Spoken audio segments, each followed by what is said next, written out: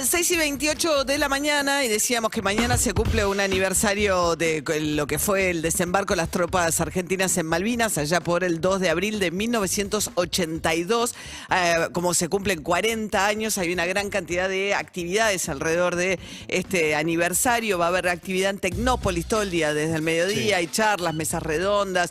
Si quieren pueden buscar la agenda en internet, y hay también un recital en el CCK, donde va a tocar, entre otros, León Gieco. Hay una gran cantidad de músicos, va a tocar David Lebón en Tecnópolis, y hay también ciertos estrenos vinculados a esta fecha. Rolo. Bueno, va a haber muchas actividades en Cinear, Televisión Pública, pero traigo en particular un documental que se va a estrenar mañana a las 22 justamente en la Televisión Pública, y el documental de Carlos Castro y Silvia Maturana se llama Operación Chocolate, que analiza el rol de los medios de comunicación en la construcción, en el imaginario de esa guerra que supuestamente estábamos ganando, y un acontecimiento particular que se vendió como un hecho trascendental de la televisión mundial, que fue las 24 horas de Malvinas, que fue como un teletón conducido por Pinky y Cacho Fontana, del cual participaron muchísimas personalidades de la cultura, del deporte, haciendo donaciones que eran supuestamente para el Fondo Patriótico de Malvinas, que con el tiempo, ¿no?, esas donaciones, incluyendo la donación de alimentos, claramente se demostró que fue un fraude. Gustavo Vidal a los 7 años envió un chocolate para los soldados, y dentro del chocolate lo que hizo fue abrir el envoltorio y poner una carta. Al tiempo, esa carta, que era dirigida para un soldado, vuelve a su casa, aparentemente porque una persona compró el chocolate en Comodoro Rivadavia y leyó la carta de Gustavo Vidal. Entonces lo que reconstruye este documental muestra a Gustavo Vidal hoy en la actualidad, es un farmacéutico con su familia, reconstruyendo un poco qué había pasado con ese chocolate que desde Buenos Aires fue hasta Comodoro Rivadavia, pero habla también de cómo fue la vuelta de esos soldados. Hablan de un hecho puntual que aconteció el 19 de junio, luego de la vuelta, ¿no?, de la rendición, en Puerto Madryn, que fue la ciudad que se quedó sin pan, porque todo el pueblo fue a comprar pan para los soldados que volvían de esa guerra hambrientos y desesperados.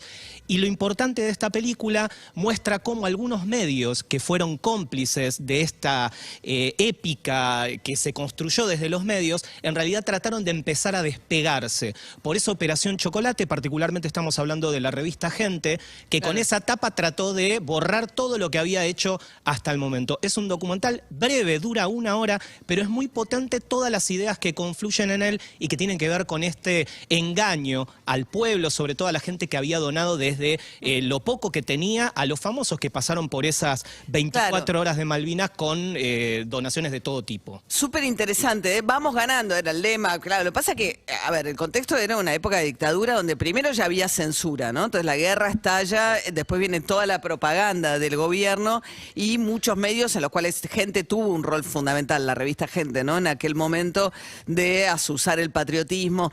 Era difícil también, y le pasó a Pinky, digo, mucha gente lo hizo con buena voluntad. Claro.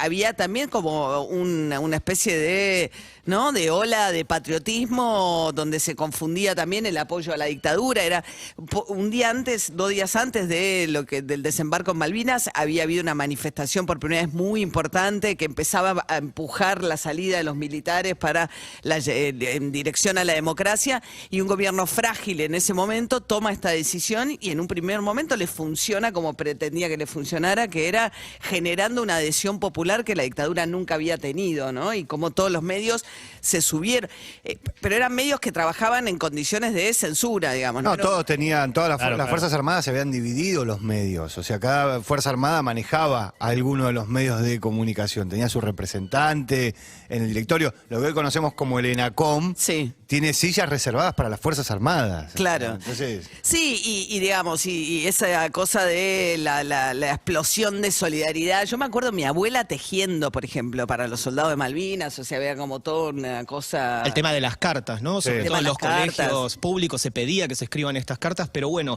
desnuda y muestra ese costado que tal vez hasta ahora, más que nada en la ficción, por ahí se ha narrado, pero no desde el lado documental, este costado en donde la solidaridad del pueblo explotó, pero en realidad detrás hubo un engaño importante. Operación Chocolate se llama. ¿Dónde se ve?